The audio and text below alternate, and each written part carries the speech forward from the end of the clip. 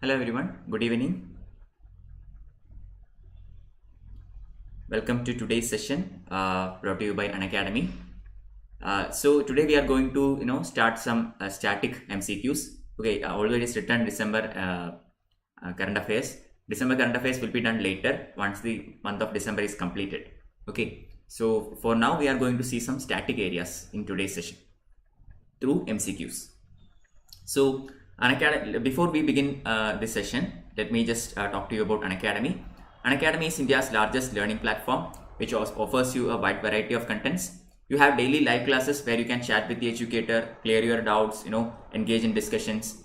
Then live tests and quizzes are there, which will help you to improve your confidence when you go to the exam hall. Okay, evaluate your own preparation.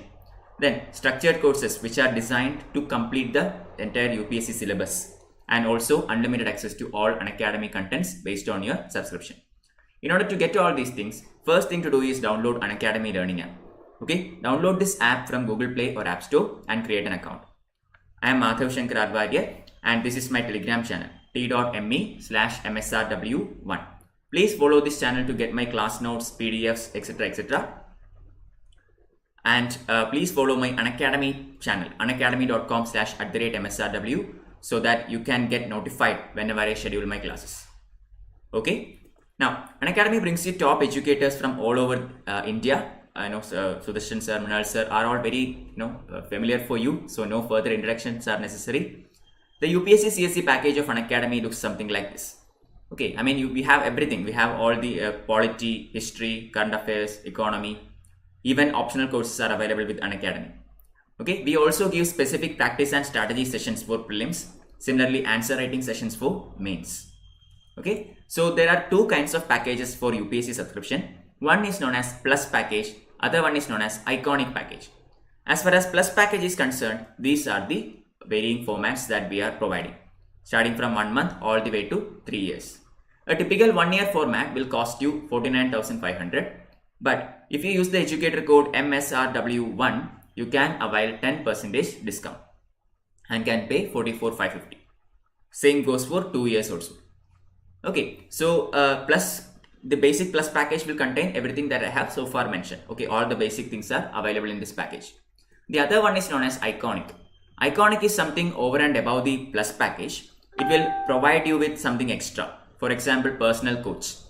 Okay, a particular educator will be assigned to you. So you will get a one-on-one session with that educator, and that educator will help you to improve your studies, your preparations, so and so.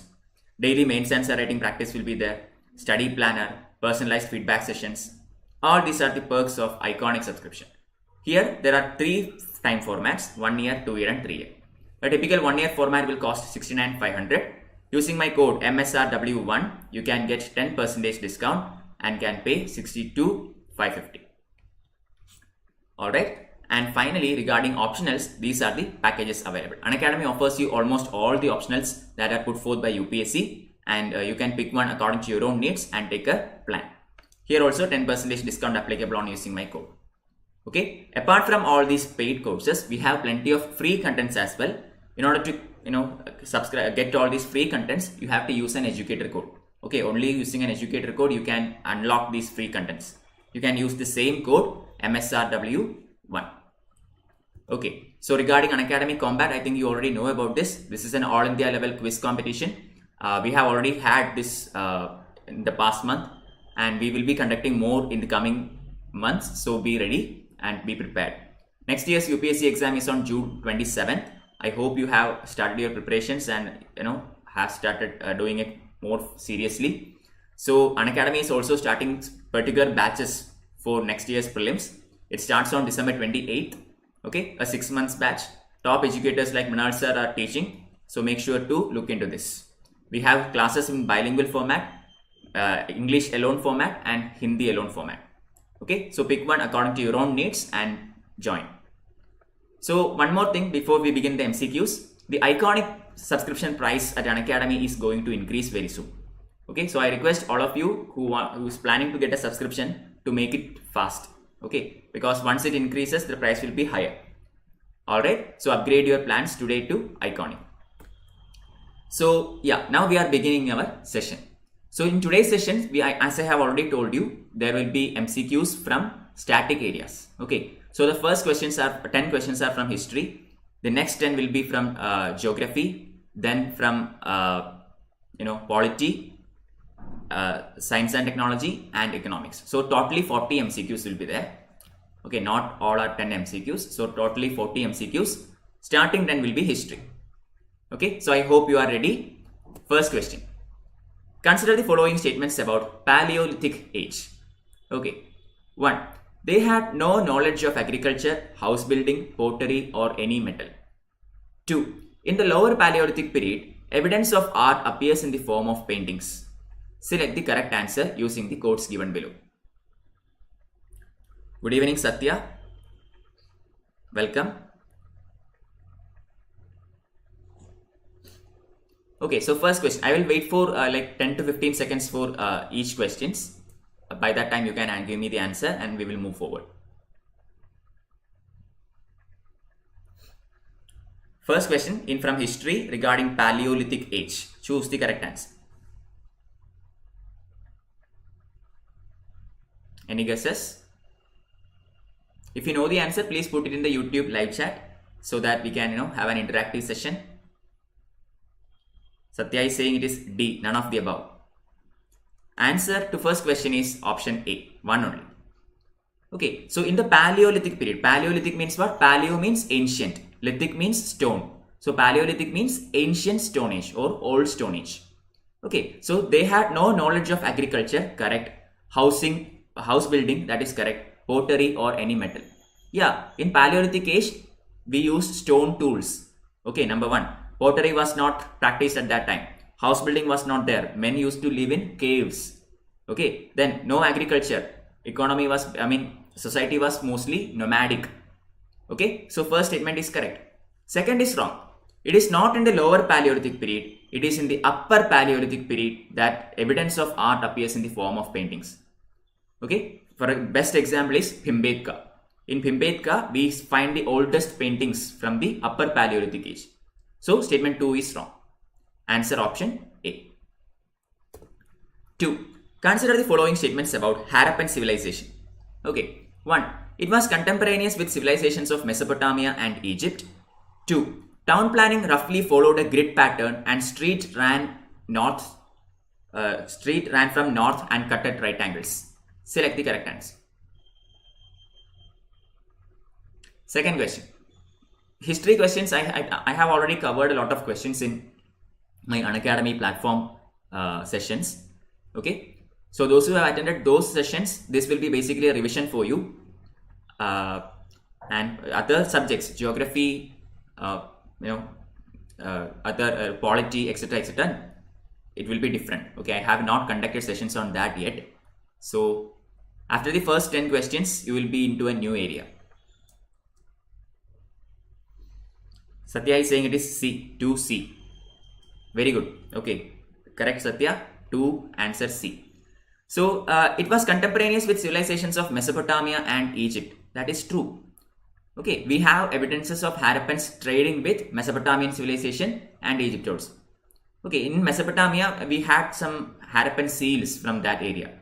Similarly, in India, we find some evidence regarding trade with Mesopotamia, especially in areas like Lothal in Gujarat. Okay, second one, town planning roughly followed a grid pattern and streets ran from north and cut at right angles. Yes, Harappan town planning was incredible. Okay, they cut their streets in right angles. Okay, it was a grid system or also known as a chessboard arrangement. Okay, so we have studied this in our class 6 NCERT textbook and both statements are correct. Answer is option C. Third question is regarding statements and theories regarding origins of Aryans. Okay, 1. The central relation theory is put forth by Max Muller comparing Vedas and Avesta. 2. Arctic theory is put forward by Swami Dayananda Saraswati. Select the correct answer. Very simple question. Okay, regarding the theories of origin of Aryans. Select the correct statements. I will give you 15 seconds.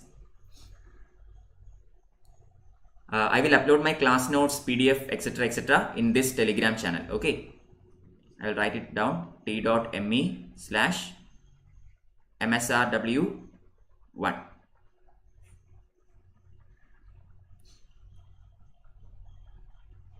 Third question: origins of Aryans. Anyone? Any idea?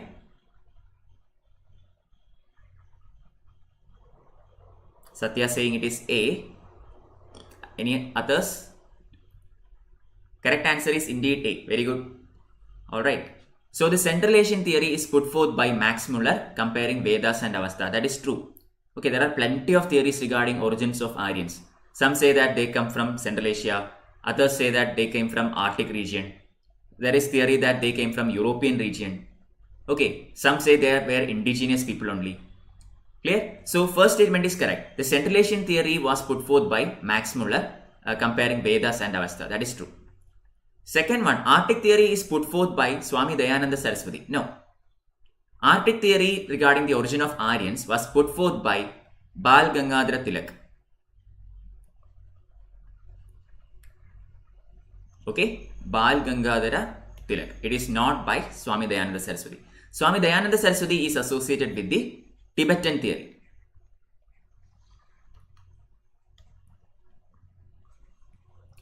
Clear? This is another theory regarding the origins of Aryans.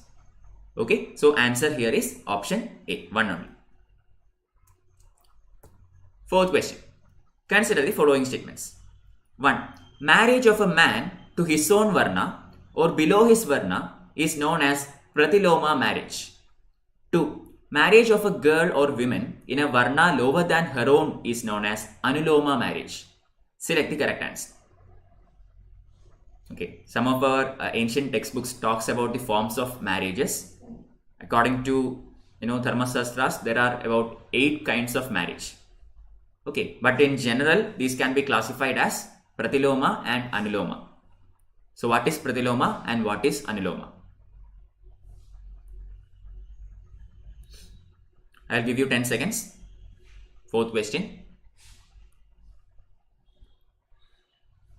You can put your answers in YouTube live chat.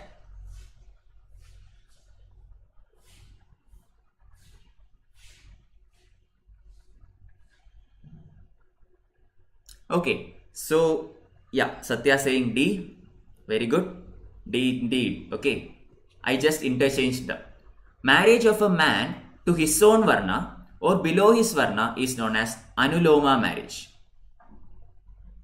And this was okay in the ancient times. Okay, this was very much accepted by the society. A man can marry in his own varna or maybe even below his varna. That is socially accepted in ancient times. And this is known as anuloma marriage. Other one, marriage of a girl or a woman in a varna lower than her own varna is known as pratiloma marriage. And this was not socially accepted. Okay, this was looked down upon. Such marriages were looked down upon. Okay, so a girl or woman can marry only on her own varna or a higher varna. Cannot marry downwards. Okay, so that was how ancient society was set up. So both statements are incorrect. Answer is option D. 5. With reference to dharma and rita depict a central idea of the ancient Vedic civilization of India. In this context, consider the following statements. 1. Dharma was a conception of obligations and of the discharge of one's duties to oneself and to others. 2. Rita was the fundamental moral law governing the functioning of the universe and all it contained. Which of the statements given above is or are correct? Kritika Suresh, welcome. Hi, good evening.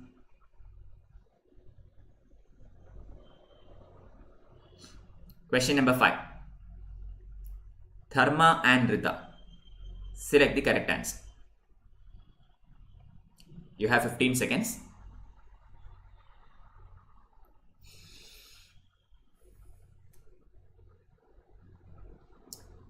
Some of these questions were already discussed in my other classes, okay, as far as history is concerned. The first 10 questions in today's quiz is from history.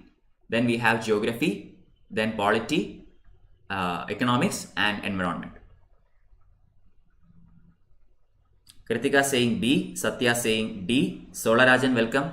Sola is saying it is D. Nobody got it right, it is C. Both are correct.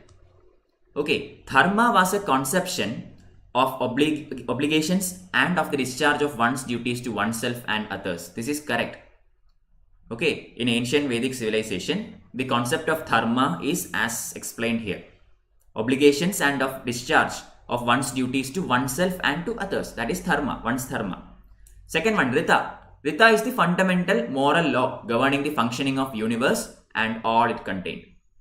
Okay, both these are the definitions of these two terms. Answer option C. Alright, don't forget, both are correct. 6. Consider the following statements. Indo-Greeks in the beginning of 2nd century BCE became the first to invade India since decline of Mauryas. 2. Kushanas were the first to issue gold coins in Indian subcontinent. Select the correct answer.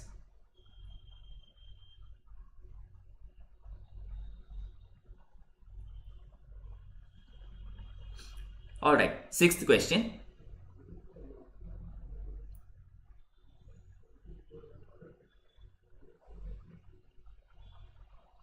Indo-Greeks in the beginning of 2nd century BCE became the first to invade India since decline of Mauryas. Kushanas were first to issue gold coins in Indian subcontinent. Choose the correct answer.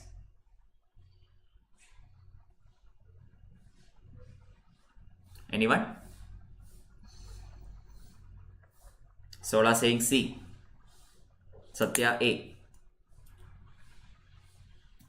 And the correct answer to 6th question is indeed A. One only. Okay, Indo-Greeks were the first to invade India after the decline of Mauryas. That is true. Okay, they came to India in 2nd century BCE. Alright, so first statement is correct. Second is wrong. It was not Kushanas who were the first to issue gold coins in Indian subcontinent. It was Indo-Greeks. Okay, Kushanas issued the highest purity gold coins in India. Alright, Kushanas were responsible for high purity gold coins issuing. But the first gold coins in India were issued by Indo-Greeks, not Kushans. So answer is option A, 1 only. 7. Consider the following statements. It is from medieval India. Razia earned anger from the court by introducing Sijada and Paibos. Okay, Razia means Razia Sultana, okay, of the Delhi Sultanate. 2. Nowruz, the Persian festival, was introduced in India by Sultan Bahram Shah. Select the correct answer. Consider the following statements. I will add here about medieval India, okay.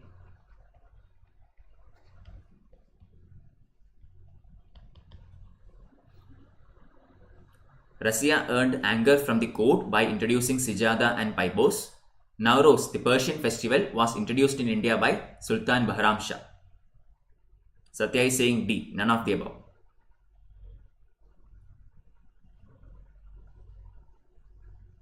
Anyone else want to answer?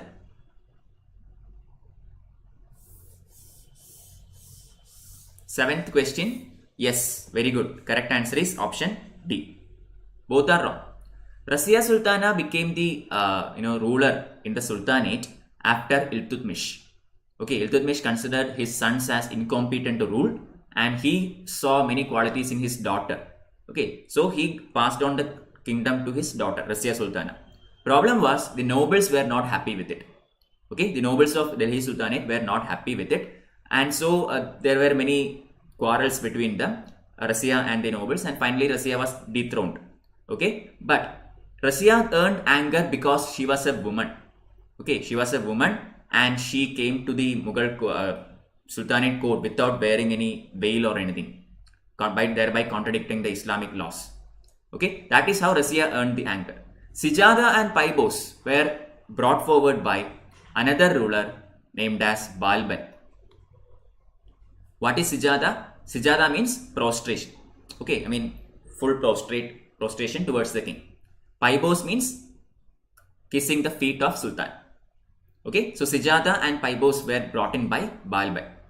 Second one, Nowruz, the Persian festival, was introduced in India by Sultan Bahram Shah. No. Nowruz was also introduced in India by Balban. Nowruz is the Persian New Year festival. Okay, and that too was introduced in Delhi Sultanate by Balban.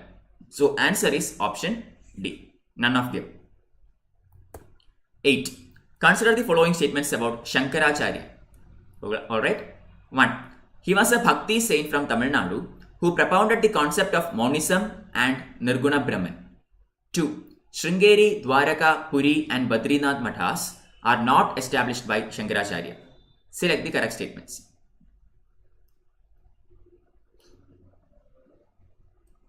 Eighth question regarding Shankaracharya. Select the correct answer. Easy question. I will give you 10 to 15 seconds.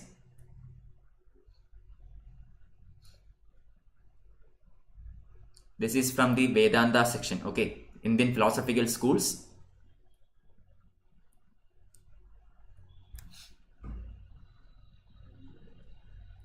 Any idea? Okay, Saubhagya has joined. Saubhagya is saying it is B. Solarajan saying it is C. What is the correct answer to question number 8? It is D. None of the above. Alright. Look at this. Shankaracharya. Okay, Shankaracharya also known as Adi Shankara. Yeah, Satya Pandey got it. Adi Shankara is Shankaracharya. So he was a Bhakti saint. Correct. Propounded the concept of monism. Monism is also known by another name, that is non-duality or Advaita. Okay, the Advaita philosophy was propounded by Shankaracharya, so that is correct. Nirguna Brahman, which means formless God. Okay, the God having no attributes, so that is also correct. Okay, but he was not from Tamil Nadu. Shankaracharya is from Kerala. Alright, that is why first statement is wrong. Second one, Sringeri, Dwaraka, Puri and Badrinath. All these mathas were set up in India by Shankaracharya. So it is saying that it is not established by Shankaracharya. So it is wrong.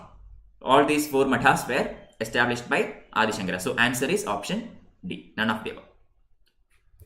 9. Consider the following statements about Theosophical Society. Okay, a question from modern India now. Theosophical Society. 1. It was founded by Madam H.P. Blavatsky and Colonel H.S. Olcott in Adyar near Madras. 2. It rejected the Hindu beliefs in reincarnation and karma. Select the correct answer. Saubhagya, very good. You remembered that it is Kerala. Question 9. Theosophical Society of India. Choose the correct answer.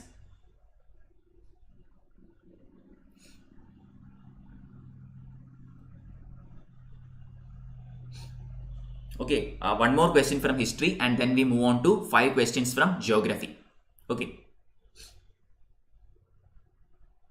Okay, Satya is saying it is D. 9D. None of the above. Anyone else? Sola also going for D. Alright, so the answer to 9th question is D. Very good. Okay, both of you really good.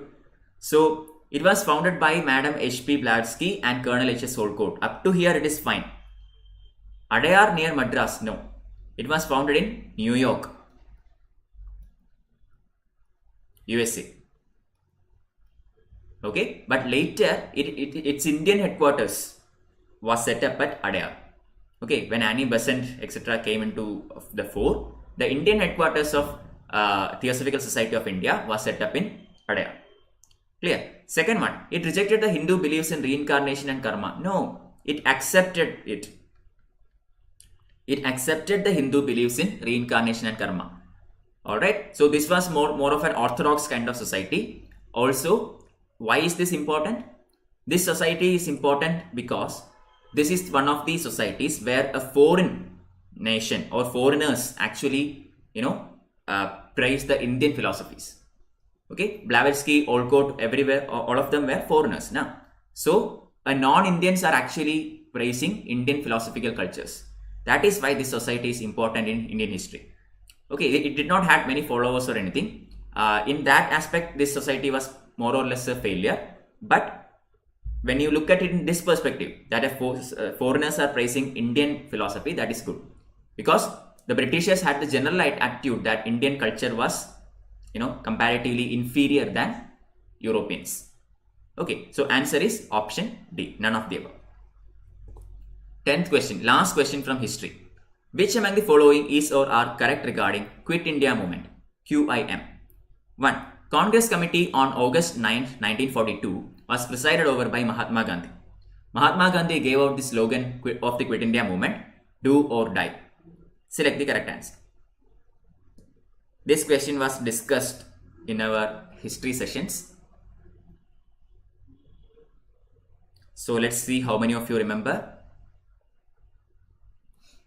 Question 10.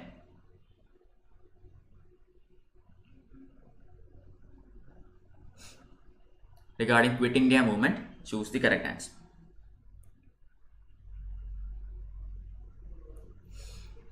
I will explain it once I get a couple of answers, okay? Okay, so Saubhagya saying C, Satya saying B. Yes, correct answer. Question number 10, B, 2 only.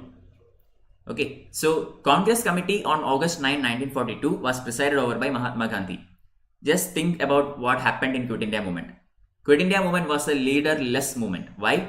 Because all the prominent leaders of Indian National Congress was arrested by British in the wake of Quit India Movement. So on August 9, 1942, Mahatma Gandhi along with all other major leaders of INC were in jail. Alright, so what happened was the August 9, 1942 session was presided over by one of the unheard leaders until that time, Aruna Asaf Ali. Alright, Aruna Asaf Ali. Alright, it was not Mahatma Gandhi, it was Aruna Asaf Ali. Until then, this person was unheard in Indian history.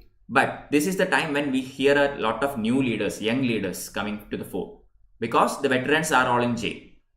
Okay, so first statement is wrong. Second one, Mahatma Gandhi gave out the slogan of Quit India Movement, do or die, karega ya marega. So that is correct. Okay, the very famous quote by Mahatma Gandhi. So statement 2 is correct, 1 is wrong. Answer is option B. Alright, yeah, Sola also got it. Now we are moving on to geography. Okay, 5 questions from geography. So here the first one. Mulla Periyar Dam water dispute is between the states of dash. Okay, Mulla Periyar Dam water dispute is between the states of dash. Option A, Kerala and Tamil Nadu. Option B, Karnataka, Kerala and Tamil Nadu. Option C, Andhra Pradesh and Tamil Nadu. Option D, all of the above. Very simple question. This has been in the news for a very long time. Okay, Mulla Periyar Dam water dispute. This case was heard in Supreme Court also. So this is geography plus current affairs. Okay.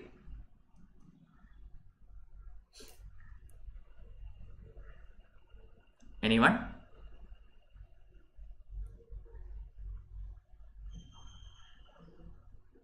Waiting for your responses. Sola A, Satya A. Okay, yeah. So you know the story. It is between Kerala and Tamil Nadu. Okay, the Mulla Periyar Dam water dispute is between Kerala and Tamil Nadu. So the issue was the dam is pretty old. Okay, it's a very old dam. So Kerala said that they cannot allow the water to be risen above a particular level, and Tamil Nadu wanted the water to be rose above a particular level. So this case was taken to Supreme Court, and Supreme Court ruled in favor of Tamil Nadu. Okay, that the water level in this dam can be raised above a particular level. Kerala is saying that this dam's integrity is in question. It is a very old dam, so raising the water above that level would cause disaster. But anyway, Supreme Court ruled in favor of Tamil Nadu. Okay, so then the question was, should Supreme Court interfere in these kinds of matters? Okay, these are not legal matters or anything. This is based on science and this is based on evidence and science and all, right? So should Supreme Court rule in such matters, or should it stick with the legality? That was the next question. Okay, anyway, correct answer, it is between Kerala and Tamil Nadu. 12.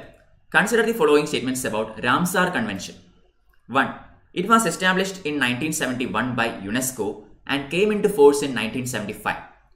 Chilika Lake in Odisha is the smallest Ramsar site of India. Select the correct statements.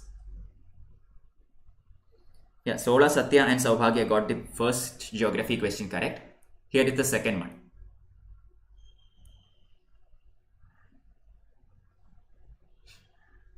about Ramsar Convention. Ramsar is a place in Iran, okay? So this convention was signed there.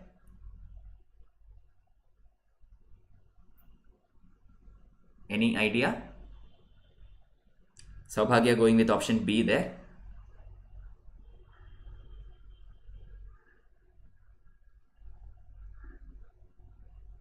Waiting for some more polls. Satya D. Okay, I got 2 polls. So I will answer it now. Answer is option A, 1 only. Alright, Ramsar Convention. It was established in 1971 by UNESCO and came into force in 1975. This is true. Okay, first statement is a factual statement and it is correct. Second one, Chilika Lake in Odisha is the smallest Ramsar site in India. No. Yesterday we talked about Chilika Lake. Alright, it is not the smallest Ramsar site in India. Smallest one is Renuka wetlands. Renuka wetlands in the state of Himachal Pradesh. Okay, it is the smallest wetland in India. So answer is option A, 1 only. Yeah, Satya correct, Kritika correct, very good. 13th. The east-west corridor joins which of these areas? Okay, very simple question, very direct question. UPSC used to ask these kinds of questions in geography earlier, but we cannot say, okay, each year the pattern is keeping on changing. So anyway, let's see if you can get this right. The east-west corridor joins which of these places? Option A, Aizwal and Kanyakumari. Option B, Aizwal and Mumbai. Option C, Porbandar and Guwahati. Option D, Porbandar and Silchar. Choose the correct answer. East-west corridor. Apply logic and get the answer.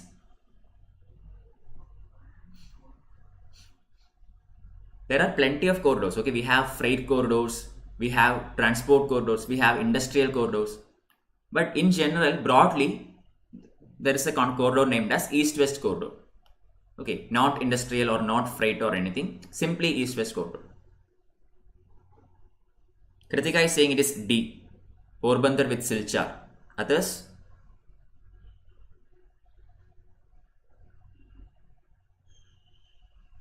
Yes, I will go with it. Yeah, Satya also giving it same answer and you are correct. It is indeed Porbandar with Silchar. Okay, I mean this option is not there because Kanyakumari is not in east or west, it is in south. The north-south corridor connects Srinagar with Kanyakumari. Okay, so first is gone. Then we have Aizwal with Mumbai, Porbandar with Guwahati and Porbandar with Silchar. This is the correct answer. Porbandar with Silchar. Silchar is in Assam, Porbandar is in Gujarat. Answer option D. 14. Consider the following statements. Rapids, cataracts and waterfalls are seen in the lower course of a river. 2. Mesas and buttes are examples of landforms formed by wind deposition. Select the correct statements. A question from physical geography. Okay, static portion. Rapids, cataracts and waterfalls are seen in the lower course of a river. Mesas and buttes are examples of landforms formed by wind deposition. Any idea? 14th question.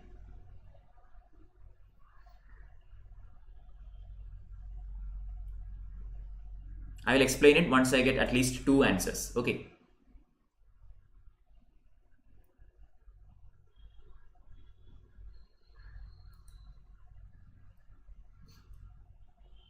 Okay, Kritika is saying A. Saurav, welcome. Saurav is saying D. Sola is saying C. So 3 answers, all 3 are different. Answer D. Who got it? Saurav. Okay. None of the above. Rapids, cataracts and waterfalls are seen in lower course of river. No, they are seen in upper course. Just imagine, okay, if in lower course of the river is generally, plain. Okay, the river would have reached the plain. It will have a huge load carrying it with itself. And this is the time when it started, settling down and all. Depositional features will start. Alright. What are rapids? Rapids means, if there is a mountain like this and water is flowing down this mountain, then when there is occasional hard rock and soft rock, okay, the water will jump up and down. Correct? The water will jump in a wavy fashion. This is known as rapids, and large rapids are known as cataracts. And you already know what a waterfall is. If there has to be a waterfall, then there should be a mountain, right? Or some kind of a higher relief should be there. And higher reliefs are seen in mountain regions, which is the upper course of the river. So first statement is wrong. Second one, mesas and buttes are examples of landforms formed by wind deposition. No, wind erosion. Okay, so what are mesas? Mesas are in deserts or semi-arid regions. We see some landforms like this. Okay, it will be basically a hard rock area which would be regularly hit by the blowing wind, and this hard rock will stay as such. All the soft rocks in its sides will erode away. Okay, so whatever is remaining is known as a mesa. And if in some other cases it won't be this much large, okay, it will be more like a smaller version of mesa, and it is known as buttes. This also has alternate hard and soft rocks. Okay, so answer option D, none of the above. Last question from geography. Consider the following statements. 1. Annual range of temperature in any part of the ocean is very much smaller than in land. 2. The reduction in temperature with latitude is constant in case of oceans. Select the correct answer.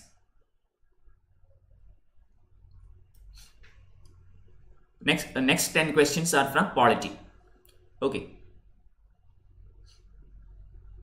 Final question from geography. Annual range of temperature in any part of ocean is very much smaller than in land. The reduction in temperature with latitude is constant in case of oceans. 15th question.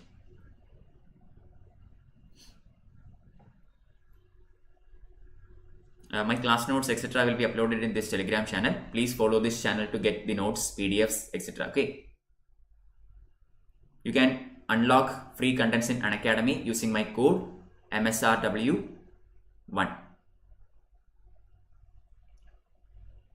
So Solar Rajan is saying it is C, both 1 and 2. Saurav is saying it is B. Saubhagya C. Answer D, none of the above. Okay, none of the above is the answer. Both are incorrect again. Annual range of temperature in any part of ocean is very much smaller than in land. No, it is other way around. Annual range of temperature in any part of ocean will be larger. Okay, why? Sorry about that. No. Incorrect answer. Okay, I'm sorry. I had to correct that statement. This is fine. Annual range of temperature in any part of ocean will be smaller than in land. That is correct. Okay. Second is wrong. So, correct answer is option A. Okay, because water has, water takes a lot of time to heat up and a lot of time to cool down compared to land. Okay, so the range of temperature, for example, in land, it quickly heats up. So it can go up to 40 degrees and it quickly cools down and come down to say, negative 40 degrees. So the range is like what? 80 degrees Celsius or 80 degree temperature. Okay, but in water it is not the case. It takes a lot of time to cool down and a lot of time to heat up. So the range will not be that much. It will be comparatively less. Okay, so the annual range of temperature in any part of ocean is very much smaller than in land. So that is true. Second one, the reduction in temperature with latitude is constant in case of oceans. Wrong. Okay, consider an earth. Okay, this is earth and we have various latitudes going horizontally. Okay, and usually it is correct. In the equatorial regions, it will be the warmest. And as we move towards poles, it will become cooler. But this statement is saying that it is constant. The reduction in temperature is constant. It is never constant. Why? Because we have ocean currents.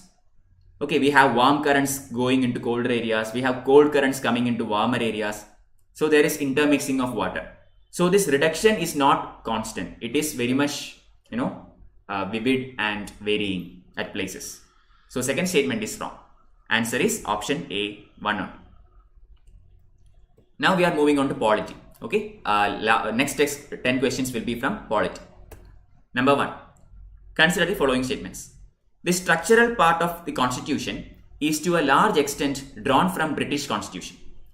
2. The philosophical part of Constitution derive their inspiration from American and Irish constitutions. Select the correct answer.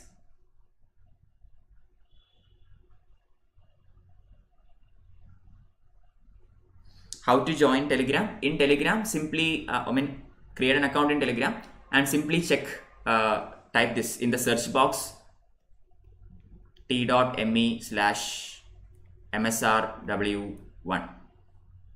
Okay, hit that search button and type this and you will get the channel. Click it and click join. Okay, Saurav is saying it is C. Any others? After I get at least 2 responses, I will explain. Okay, Satya is saying it is A. Correct answer, B. Nobody got that again. Correct answer is option B. The structural part of Constitution to a large extent is drawn from British Constitution. No, man. The political part of Constitution to a large extent is drawn from British Constitution. For example, the cabinet. Okay, the cabinet is actually something that we took from British Constitution. But the structural part of the Constitution is from where? Structural part is from Government of India Act of 1935. Okay, structural part is from Government of India Act of 1935. Political part is from Constitution of Britain. Philosophical part of the Constitution is derived from inspiration of American and Irish Constitution. That is true. Philosophical part includes what? Fundamental rights and directive principles of state policy. These two are taken from fundamental rights from America and directive principles from Irish Constitution. Okay, so the answer is option B. Question 17. Consider the following statements. 1. The scope of judicial review power of Supreme Court of India is narrower than what exists in US. 2. Part 4 of the Constitution specified the 11 fundamental duties. Select the correct answer.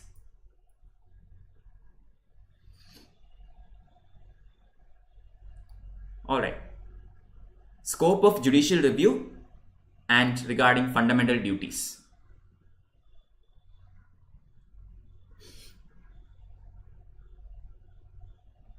Let's see if you can get this correct.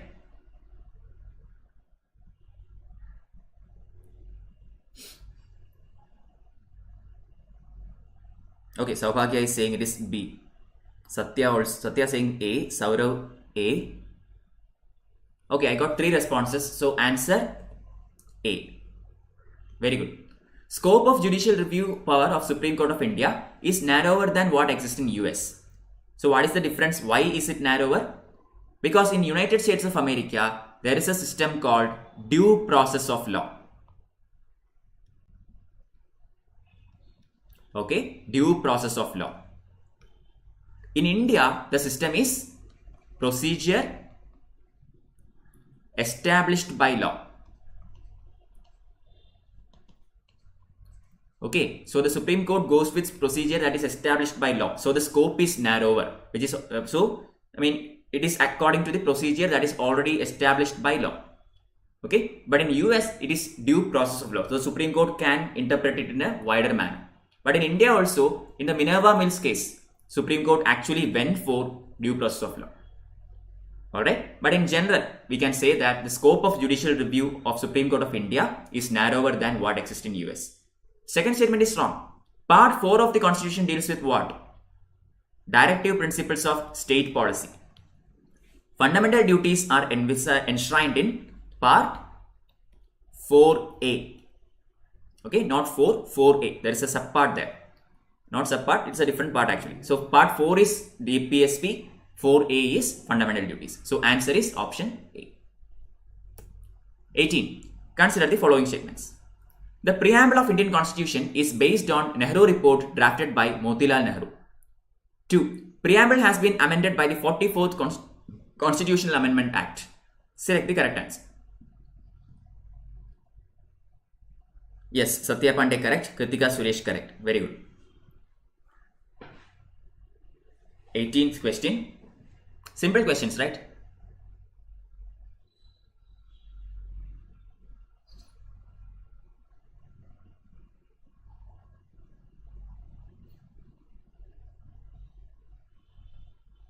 Regarding preamble and both statements are regarding preamble of the constitution.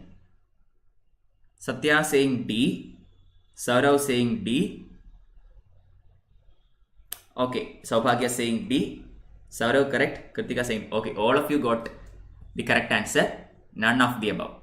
Okay, so the preamble of Indian Constitution is based on what? It is not the Nehru report drafted by Motilal Nehru. It is from the Objectives Resolution. Okay, Objectives Resolution drafted by Jawaharlal Nehru and accepted by the Constituent Assembly. Alright, it is not based on Nehru report, it is based on Objectives Resolution introduced by Jawaharlal Nehru.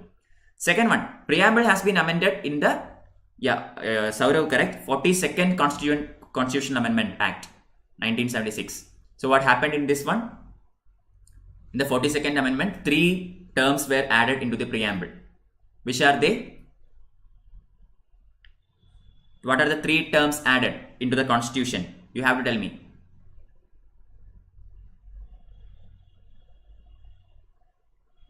Secular,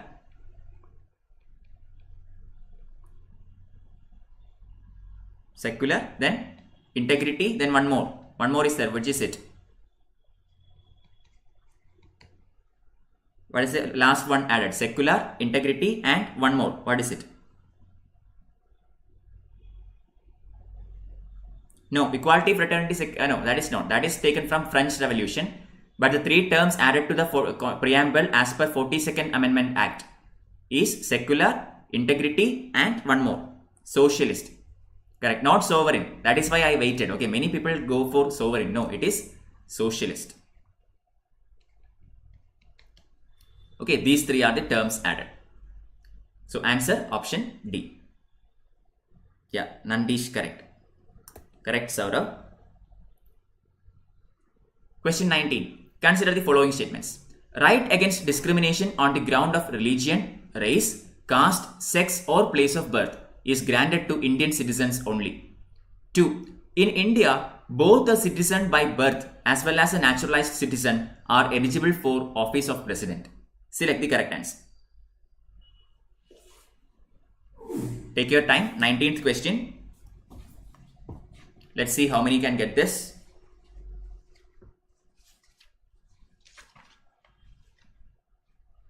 Once at least I get 2 answers, I will explain it. Okay.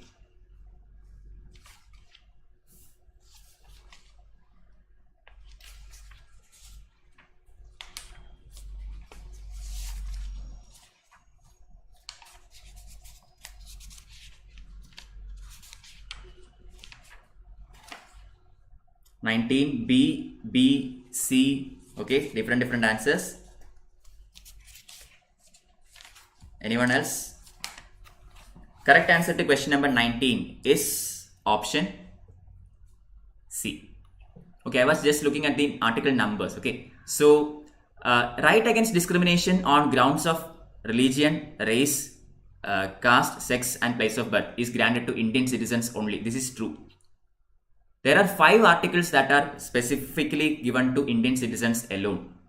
Okay, do you know which are them? 5 articles: 15, 16, 19, 29, and 30. These 5 are granted only for Indian citizens. Okay, that it is not available for foreigners.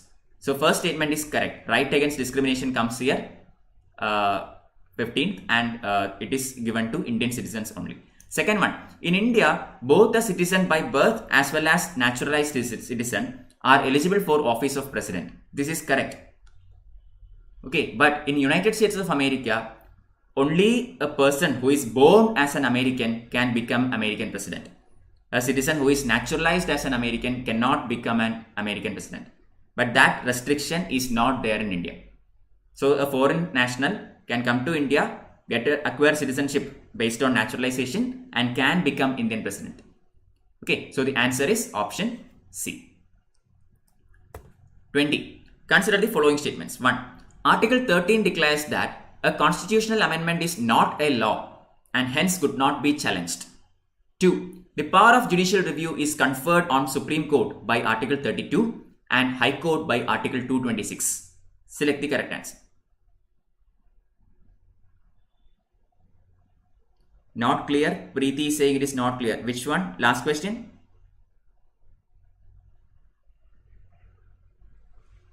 In the last previous question, it is saying that right against discrimination on grounds of religion, race, caste, sex or place of birth is granted to Indian citizens only.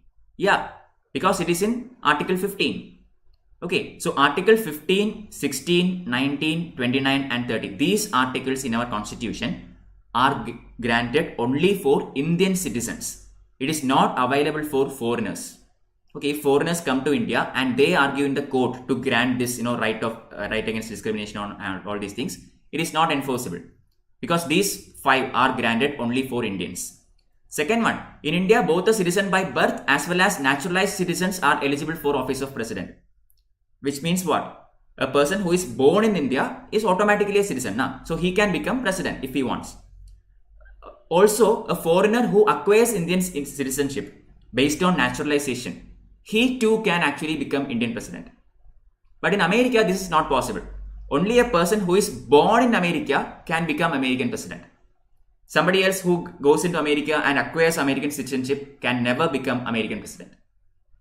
Okay, so the answer here is C.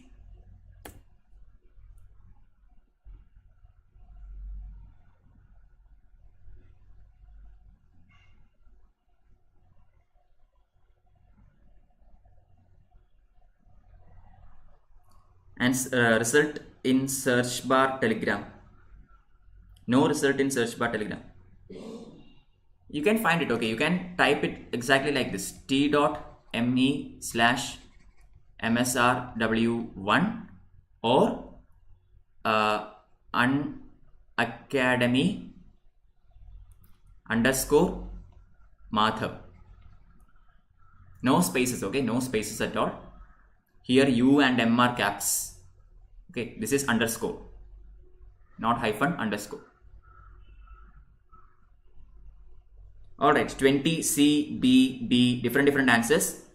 Answer to 20th question is option C. So who got it? Satya. Very good. Article 13 declares that a constitutional amendment is not a law and hence could not be challenged. This is correct. Okay, as per Article 13 of Indian Constitution, constitutional amendment is said to be not a law. Okay, and hence it cannot be challenged. It is written as such. But in the Keshavananda Bharati judgment, okay, in the Keshavananda Bharati judgment, Supreme Court said that constitutional amendments can also be challenged. Okay, I mean fundamental rights can be changed via constitutional amendments, and such cases can also be brought in front of Supreme Court. So although it is written in Article 13 that constitutional amendment cannot be challenged in a court of law, it is possible in India because of the Keshavananda Bharati judgment. Answer. So first statement is correct. Second one, the power of judicial review is conferred on Supreme Court by Article 32 and High Court by Article 226. Very basic statement. It is correct. Okay, so answer is option C. I mean, this is just read Article 32 and 226 and you will get it. Very rudimentary statement. 21. Consider the following statements about constitutional amendment. 1. President can neither withhold his assent nor return the bill to Parliament for reconsideration. 2. In case of a disagreement between Lok Sabha and Rajya Sabha, joint sitting is convened to solve the deadlock. Select the correct answer.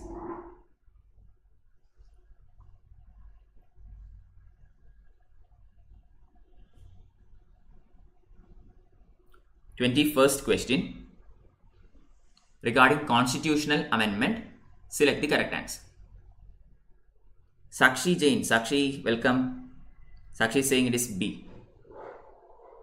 Okay, everybody is saying C. Vikram, welcome. B, Kritika saying B, Satya B, Vikram B, Sakshi B, everybody is saying B. Answer to 21st question is A. Saurav, very good, A. Okay, constitutional amendment, not some ordinary amendment. Okay, it is constitutional amendment. In constitutional amendment, President can neither withhold his assent nor return the bill to the Parliament for reconsideration. This is correct. If a constitutional amendment is passed by Lok Sabha and Rajya Sabha, President has to assent it, has to sign it. There is no other option. He cannot veto it or he cannot send it back. Okay, he has to sign it. For ordinary amendments, President has multiple choices. Okay, money bill also President has to assent. He cannot return it. So first statement is correct. Second one, in case of disagreement between Lok Sabha and Rajya Sabha, joint sitting is convened to solve the deadlock. No. For ordinary bills, it is possible. But for constitutional amendments, joint sitting is not an option. Okay, joint sitting cannot be convened for constitutional amendments. Clear? Lok Sabha and Rajya Sabha has to pass this separately. Otherwise, it cannot be amended. That's it. If Lok Sabha passes it and Rajya Sabha stops it, it doesn't go through. Similarly, if Rajya Sabha passes it and Lok Sabha does not pass it, it won't go through. So statement 2 is wrong. Answer is option A, 1 only. Question 22. Consider the following statements. 1. For the smooth functioning of center-state relations, the Constitution has divided judicial power between center and state to Supreme Court and High Court respectively. 2. Power to make laws with respect to residuary powers is vested with Parliament. Select the correct answer. Yeah, Sakshi correct. Saurav, yeah, now joint sitting. For ordinary bills, joint sitting is there. Constitutional amendments, no. 22nd question. We have 3 more questions in polity and then we will move on to economics. Okay, 5 questions from economics, 5 from environment and 5 from science and technology. Totally 40 questions. This session will end at 5:30. Nandish is saying it is 2. 22nd question, option B. Okay. Sakshi Jain going with C. Satya A, Saubhagya C, Saurav B. Correct answer, option B. So who got it? Nandish and Saurav. Both of you very good. So power to make laws with respect to residuary powers is vested with Parliament. Yeah. Residuary power means, it comes with those things that are not specified either in with center or with state. Okay. So those kinds of things, the law is always made by center. Okay. This is one of the reasons why Indian federalism is considered as federalism with unitary bias. Okay. Because residuary powers and some other things are also given to center, not state. So statement 2 is correct. 1 is wrong. For the smooth functioning of center-state relations, the Constitution has divided judicial power between center and state to SC and SC. Judicial power in India is not divided. Okay, India has a single judiciary, hierarchical judiciary. Okay, cases in states can be filed at High Court or at Supreme Court directly. Similarly, lots of central laws can be challenged in High Court. Okay, India has an integrated judicial system. High Court is below Supreme Court and we have plenty of other courts beneath High Court. It is a one single system. It is not like center cases all in Supreme Court, state cases all in High Court. No. Okay, so the first statement is wrong. There is no division in judiciary. Clear? So answer is option B. 23. Consider the following statements. Rajamannar Committee set up by central government in 1969 recommended the abolition of All India services. 2. Establishment of an interstate council in 1990 was a result of Sarkaria Commission recommendations. Select the correct answer. So yeah, Saurav correct. Integrated judiciary.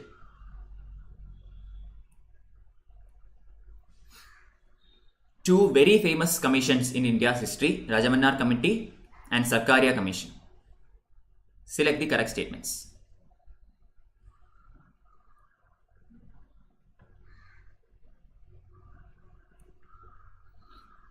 Saurav is saying C.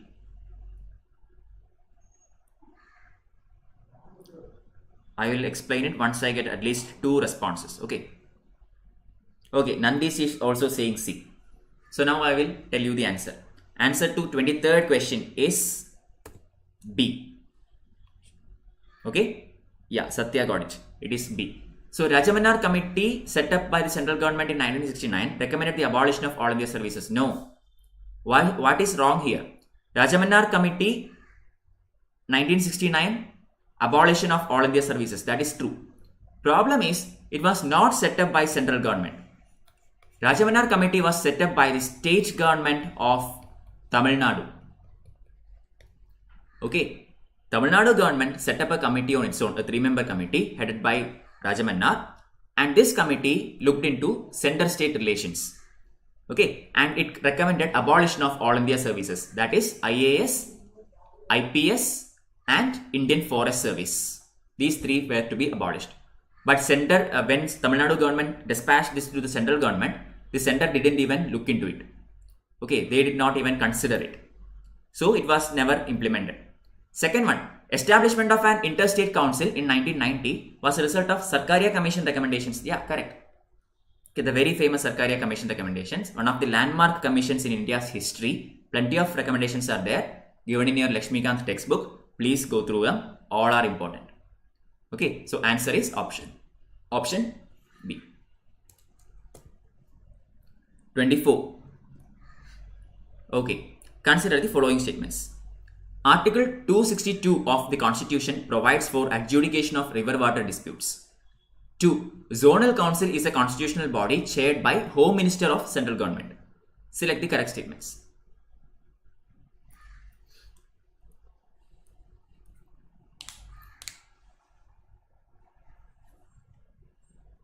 Yeah, Kritika Suresh, correct. Question number 24 now.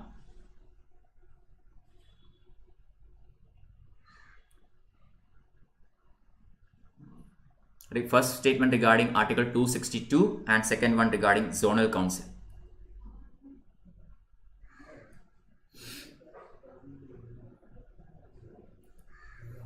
Any guesses? Okay, Nandish is saying C. Both are true. Kritika also C. Okay, I got 2 responses, so I think now I will explain the answer. Question number 24, Saurav also going for C. It is A, 1 only. So Article 262 of the Constitution provides for adjudication of river water disputes. This is correct. Okay, we have plenty of river water disputes in India. Article 262 is often in news, okay, regarding various rivers, and it deals with adjudication of river water disputes. Correct. Very factual question, so no further explanation. Just remember the article number. Okay, that's all. Second one, Zonal Council is a constitutional body chaired by Home Minister of Central Government. This is wrong. Zonal Council is chaired by the Home Minister of Central Government. Correct. It is not a constitutional body. It is a statutory body. Zonal Council is a statutory body which is set up by the State Reorganization Act 1956. Okay, it is a statutory body because it was set up through a parliamentary act, State Reorganization Act. Okay, that is why statement 2 is wrong. It is indeed chaired by Home Minister only of Central Government. Clear? So the correct answer is option A. The other members includes the chief ministers of the concerned zone, okay, concerned state. Clear? So answer is option A. Last question from polity, 25th question. Consider the following statements. During national emergency, Parliament cannot delegate its lawmaking power on state subjects to any other authority. 2. National emergency can be revoked only with consent of Rajya Sabha. Select the correct answer. Saurav correct, Kritika Suresh correct. 25th question.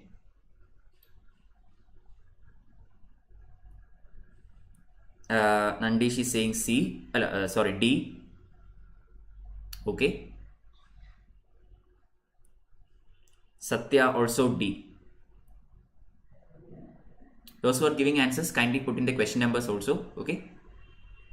Okay, I got 2 answers, so I will explain. I think it is Vikram saying D. All of you are saying D. Okay, Saubhagya D. Everybody is saying D. Answer is A, one only. Alright. So, Saurav D. During national emergency, Parliament cannot delegate its lawmaking power on state subjects to any other authority. This is correct. Okay, national emergency is given in Article 352. Okay, so as per this national emergency, Parliament cannot delegate its lawmaking powers on state subjects to any other authority. Parliament has to do it on its own. But in state emergency, or say during President's rule, as per Article 356, Parliament can delegate its lawmaking power to President of India or any other authority that it decides. Okay, that is why when President's rule happens, sometimes the laws passed are also known as presidential laws. Okay, why? Because President make the laws after consultation with the concerned MPs from that particular state. But during national emergency, when the lawmaking power of states is given to Parliament, it cannot delegate it to any other agency. It has to do it itself. First statement is correct. Second one, national emergency can be revoked only with consent of Rajya Sabha. No. National emergency can be revoked by Lok Sabha or by President. There is no need for consent from Rajya Sabha. This is wrong. Rajya Sabha is not at all involved in revocation of national emergency. Clear? Understand it very well. Please do look into it in Lakshmikant. It is a very important topic. Okay, and national emergency, Article 352. So answer is option A, 1 only. So polity is done. We are now moving on to the next session. Okay, before that, let me just remind you, our next batch starts on 28th of December for 6 months UPSC GS classes for Prelims 2021. Please do join. We have bilingual classes, English alone classes and Hindi alone classes. Entire syllabus for civil service examination will be covered. You can use my code MSRW1 to fetch 10% discount. Okay. Now economics. Next 5 questions are from economics. Consider the following statements. Any financial institution set up in the International Financial Service Center is treated as an NRI located outside India. 2. Deposits made in this branch will not be covered under Deposit Insurance and Credit Guarantee Corporation. Select the correct answer.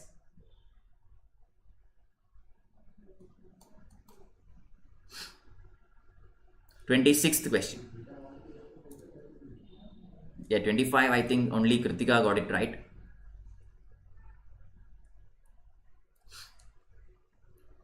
26th.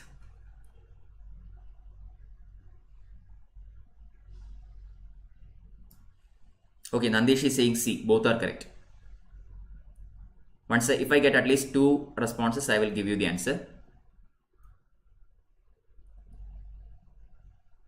Anybody else?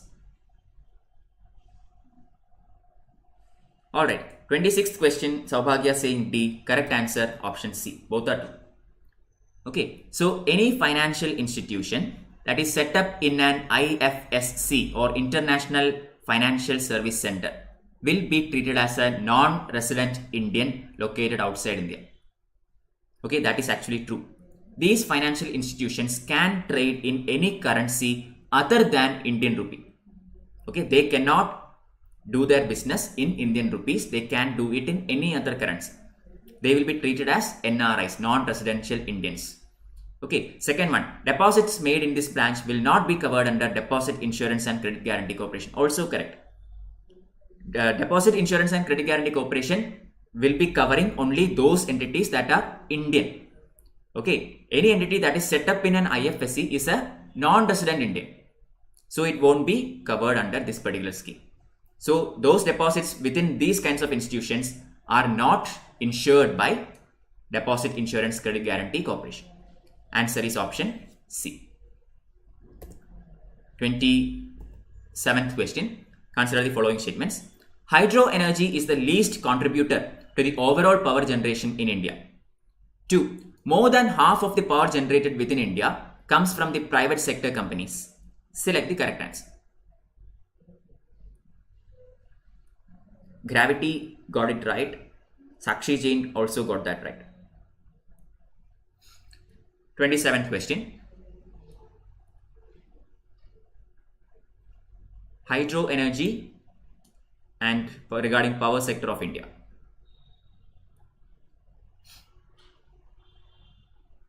Anyone?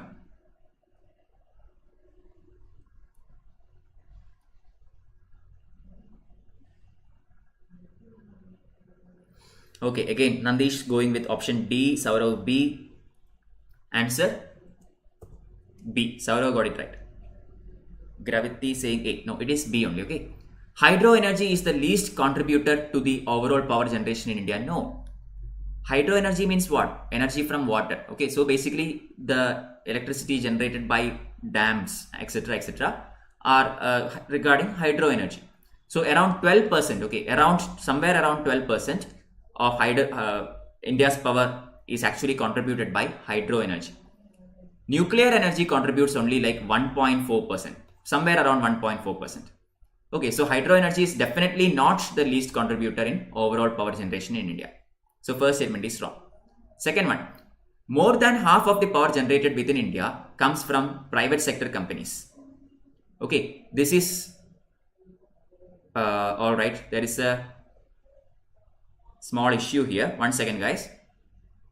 You are asked to choose the incorrect statement. Okay, and hydro energy is the least contributor to the overall power generation in India. That is the incorrect statement. So 1 should be the answer. This is not. Okay, statement 1 is wrong. Statement 1 second. Both are wrong, I think. More than half of the power generated within India comes from private sector companies. This is wrong. Only 46% comes from private companies. Remaining 54 are from public. Okay, so both statements are wrong. Those who got answer D, it is correct. I'm sorry for that. I forgot to change the answer. Okay. Initially, I put a different question and forgot to adjust it later on. So both the statements given are incorrect. Answer is none of the above. You are asked to choose the C. Okay, this question I completely got it messed up. Really sorry. Alright. You are asked to choose the incorrect code. So both are wrong. C. But I hope you understood what the content is. Okay. Just leave the options. Okay. Just leave the options. Just understand the content. Hydro energy is the least contributor. No. We have nuclear power which contributes even less. Second one, more than half of the power generated within India comes from private sector. No. Only around 46% comes from private sector. The rest comes from public sector. Okay. Question 28. South Asia Economic Focus Report 2019 is published by which among the following organizations? Okay. Option A, Asian Development Bank. Option B, AIIB or Asian Infrastructure Investment Bank. C, New Development Bank or BRICS Bank. Option D, World Bank. Yeah, Kritika and Saubhagya, you are correct. C should be the answer. Okay, in the previous question, C should be the answer. But I messed it up. Okay, I messed it up completely. That's why I left it there. But I hope you understood what the content is. Okay. Nandish is saying C, 28C. Satya saying D, World Bank. So 28 question, correct answer, World Bank. Okay. South Asia Economic Focus Report 2019. We won't expect this. Okay. We will think that it should be an Asian bank. Okay. This is Asian Development Bank. This is Asian Infrastructure Investment Bank.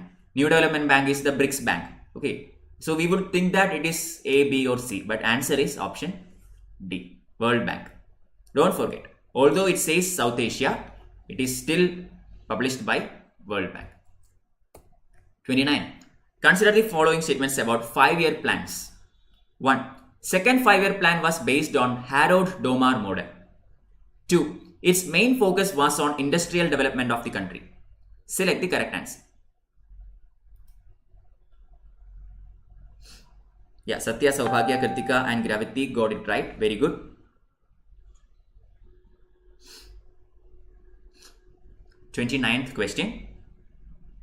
This is the penultimate question from economics. We have only one more question from economics and then we move on to environment. Okay, 5 questions from environment. Alright, Saubhagya is saying B, Satya saying B.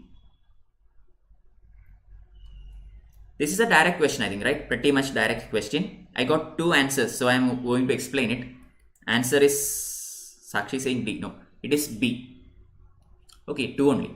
Second 5-year plan was based on Harrod-Domar model. First 5-year plan was based on Harrod-Domar model. Second was based on P.C. Mahalanobis model. The very famous Indian mathematician, Mahalanobis. He is the person who brought in the model for second 5-year plan. And the second 5-year plan is definitely focusing on industrial development. First 5-year plan is focusing on agriculture. Okay, so the answer is option B. 30th question. Consider the following statements. 1. A structural slowdown is a deep-rooted phenomenon and is driven by disruptive technologies, changing demographies, and or change in consumer behavior. 2. A cyclic slowdown is a period of lean economic activity that occurs at periodic intervals. Select the correct answer. Mahalanobis, correct. Kritika, very good. So this is a very theoretical question from economics. This is the last question from economics. Next 5 are from environment. Just reminding you, you can follow me in my Telegram channel t.me/msrw1 to get class notes, PDFs, etc. etc. Okay.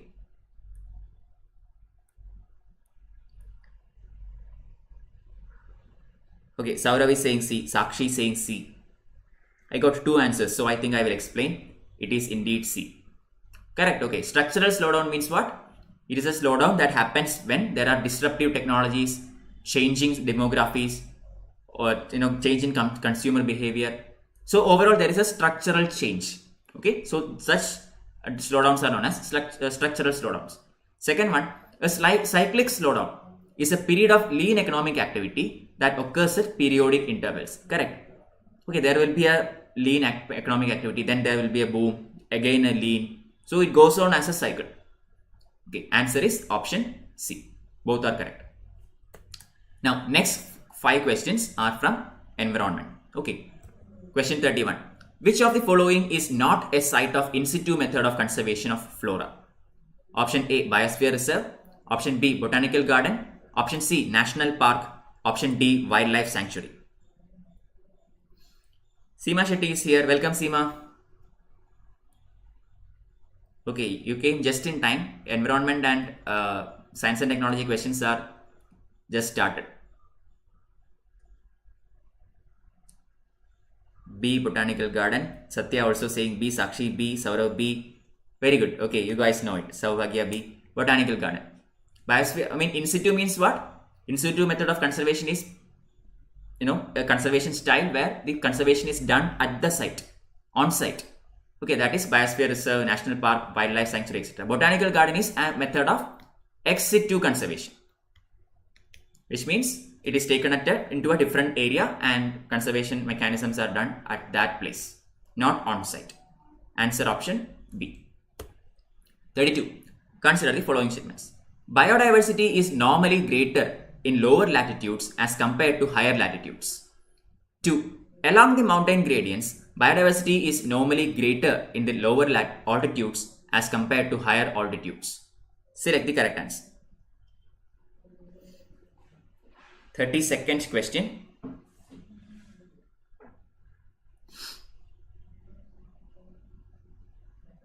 Biodiversity, okay, regarding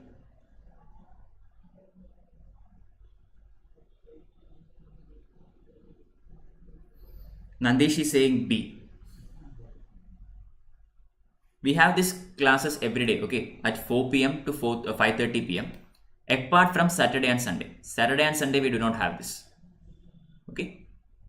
Tomorrow actually is a pre-recorded class. Okay, tomorrow is Christmas, so I had to pre-record the class and give it to Unacademy. So it will be a 1-hour session, 4 to 5. 25 questions will be there. You can participate. Okay, you can join, but I have given you adequate time to give the answer and all. But it is a pre-recorded session. I won't be live.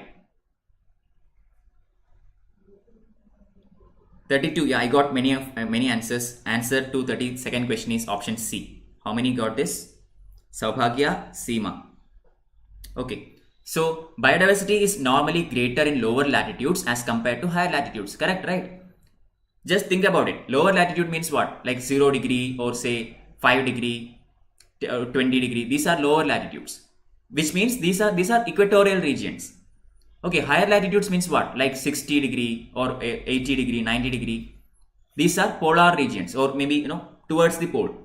So we have rainforests and other kinds of deciduous evergreen forests. All these are in lower latitudes. So biodiversity is normally greater in lower latitudes. First statement correct. Second one, along the mountain gradients, biodiversity is normally greater in lower altitudes. Also correct. Imagine a mountain.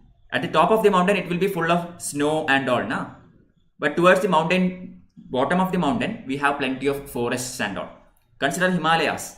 Shivalik ranges has one of the biggest biodiversity areas. Okay, why? Because there is no snow cover or anything. It is predominantly forests. As we move up, temperature goes down, vegetation becomes taiga type. Okay, and eventually it becomes polar climate. So as we move up, biodiversity reduces. So answer option C. 33rd question. Recently, oil zapper has been in the news. Which of the following best describes the term? Option A, eco-friendly technology for remediation of oil, sludge and spills. B, technology developed for undersea oil exploration. C, genetically engineered high biofuel yielding maize variety. D, technology to control accidentally caused flames from oil wells. Select the correct answer.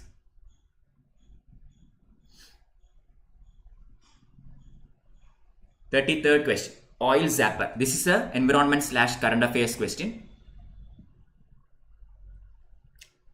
Okay, 33A. Seema is saying it is A. Saurav also saying A. Yeah, 2 answers I got. Okay, everybody is saying it. Correct. Very good. It is indeed A. It is an eco-friendly technology for remediation of oil, sludge and spills. Okay, there has been plenty of oil spills, disasters and all, affecting aquatic ecosystem and marine ecosystem especially. So oil zapper is actually a technology that is used for remediation of oil spills. Okay, answer option A. 34. Mycorrhizal biotechnology has been used in rehabilitating degraded sites because mycorrhiza enables the plants to 1. Resist drought and increase absorptive area. 2. Tolerate extremes of pH. 3. Resist disease infestation. Select the correct answer.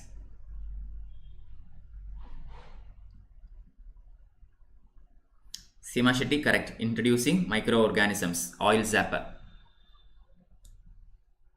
Bioremediation, no. Bioremediation is different. Okay.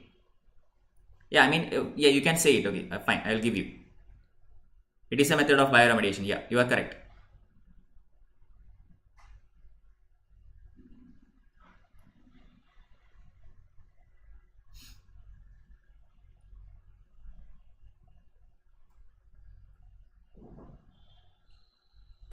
Thirty-fourth question, I got only one answer so far, that is D. Saubhagya is saying all the above. Saurav saying B. Correct answer, 34th question. Kritika also saying D. Yes, all the above. Okay, mycorrhizal biotechnology has been used for rehabilitating degraded sites because it has all these potentialities. Okay, resist drought and increase absorptive area. Yes, it does that. Tolerate extremes of pH, which means even if the soil is acidic or even if it is too much alkaline, this mycorrhizal biotechnology can tolerate both. Okay, third one, resist disease infestation, also correct. Because of all these tolerance mechanisms, mycorrhizal biotechnology is used for rehabilitating degraded sites. Okay, answer is option D. Last question from environment. On which of the following can you find the Bureau of Energy Efficiency star label? 1. Ceiling fan. 2. Electric geysers. 3. Tubular fluorescent lamps. Select the correct answer. Hello Supriya, welcome. This is actually a UPSC question. Okay, this has been asked in UPSC 2016.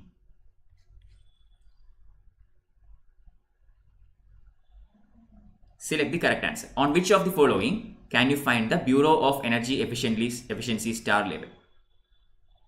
Swati, welcome. Haven't seen you for a very long time. Durga, welcome. Hi. Swati saying B, 2 and 3. Anyone else? Sakshi saying B. Nilam, welcome. Haven't seen you again for a very long time. Seema Shetty B. Saubhagya C. Correct answer. Nobody gave me the answer. It is D, all the above. Even in ceiling fans, it's there. Okay, ceiling fan, electric geysers, tubular fluorescent lamps. In all these things, you can actually see Bureau of Energy Efficiency star level. You know that rating, na? 1 star, 2 star, 3 star. In air conditioners, we have this 5 star AC, 4 star AC. That is the Bureau of Energy Efficiency star level, and it is seen in all these things. Answer is D. Now, the last 5 questions are from which section? Science and Technology. Okay, last 5 questions, and that is the end of our session. 1. Consider the following statements about Astra missile. 1. It is indigenously developed beyond visual range air-to-air missile. 2. It is the first air-to-air missile developed by India. Select the correct answer.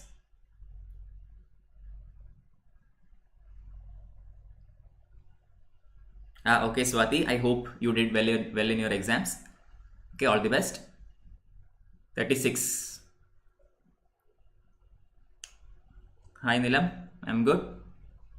In between, I had some theory sessions. Now, till December 31st, we will have these quiz sessions, okay? And after that, we will see, probably some theory sessions will be there. But till December 31st, these kinds of sessions will continue. Every day other than Saturday and Sunday. That remains the same. However, tomorrow, I have a pre-recorded session, okay? Tomorrow's 4 p.m. session is pre-recorded. But I will be there live in the 8 p.m. session in Unacademy channel. Okay, not in YouTube, but in the Unacademy platform, I will be live. Yeah, correct answer to 36th question is C. Both are true. Alright, it is indigenously developed beyond visual range air-to-air missile. Correct. It is developed solely by India. And it is BVR and air-to-air. It is the first air-to-air missile developed by India. Also correct. Okay, some people often get confused with Akash missile. But remember, Akash missile is a surface-to-air missile. This is air-to-air. Okay, so first air-to-air missile developed by India is Astra. 37. Consider the following statements about Gaganyaan mission. 1. Vyomamitra, a female robot, will accompany other astronauts in this mission. 2. The crewed vehicle is planned to be launched on ISRO GSLV Mark III. Select the correct answer.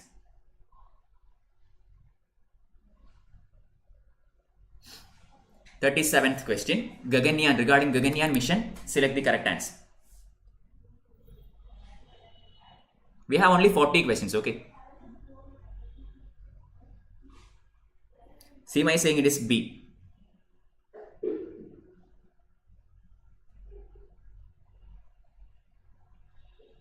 Swati A. Okay, now I think I will tell you the answer. I got a couple of responses. It is C. Both are true. Vyomamitra is the female robot that will accompany other astronauts in the Gaganyaan mission. That is correct. Gaganyaan mission is one of, India's first human mission. Okay, we are planning to send actually humans into space. This is India's first mission on sending human beings into space. And along with 3 human beings, there will be a robot also. And this robot is named as Vyomamitra. Okay, all the 3 astronauts who will be going there will be chosen from Indian Air Force. Okay, 3 of them are chosen from Indian Air Force, and along with them, Vyomamitra, a female robot, will also accompany. Second one, the crewed vehicle is planned to be launched on ISRO's GSLV Mark III. Yeah, GSLV Mark III is the best and most efficient or most powerful engine that we have developed so far. Okay, and it will be used for launching. We have cryogenic technology and put into GSLV Mark III. Answer is option C. We cannot use PSLVs for such heavy payloads. Okay, PSLV can take only a limited weight of payload, but GSLVs can take much more. And GSLV Mark III is the latest version, so that is being employed. 38. Consider the following statements. Dengue is a viral disease transmitted mainly through Aedes aegypti mosquito, which thrives in tropical climates. 2. Smallpox is a viral infection caused by varicella zoster virus and is highly contagious. Select the correct answer.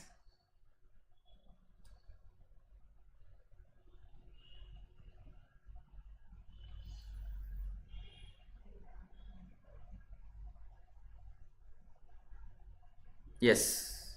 Okay, fine. 38th question. We have only 2 more questions after this. Swati going with B. Saubhagya C. Kritika C. So I think I will explain now. I got a couple of answers. So correct answer to 38th question is A. One only. Dengue is a viral disease transmitted mainly through Aedes aegypti mosquito, which thrives in tropical climates. Correct. Okay, be very careful. Dengue, you have to study all the mosquito related diseases very carefully. Some of them are by Aedes aegypti, some of them are by Aedes anopheles. Okay, clearly understand the difference and differentiate the diseases accordingly. Second one, smallpox is a viral infection caused by varicella zoster virus and is highly contagious. No, it is not smallpox, it is chickenpox. Varicella zoster virus is chickenpox. Okay, so statement 2 is wrong. Answer is option A, 1 only. Penultimate question for the day. 39. Vaccines against which of the following is not present under Mission Indradhanush program? Okay, option A, polio. Option B, pertussis. Option C, measles. Option D, pneumonia.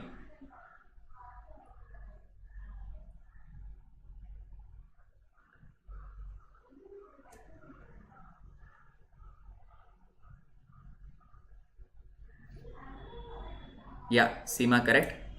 Good morning, Ramkumar. 39. Swati saying B, Saubhagya B, Kritika B, Nilam A. Which question? 39 or 38? Seema B. Okay, everybody is going with B, pertussis. Satya, all are going with B. 39th question, correct answer is option D, pneumonia. Okay, in Mission Indradhanush, there are vaccinations for 7 diseases. Polio, pertussis, measles, then what? Diphtheria,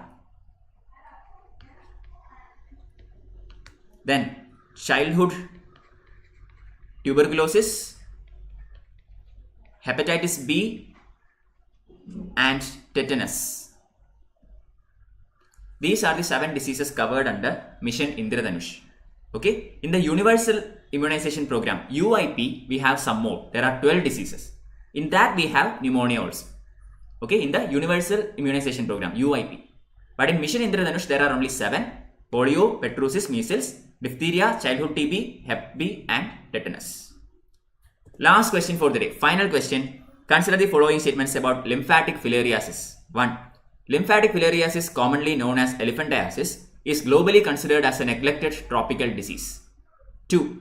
It is a parasitic disease caused by microscopic thread-like filarial worms. Select the correct answer.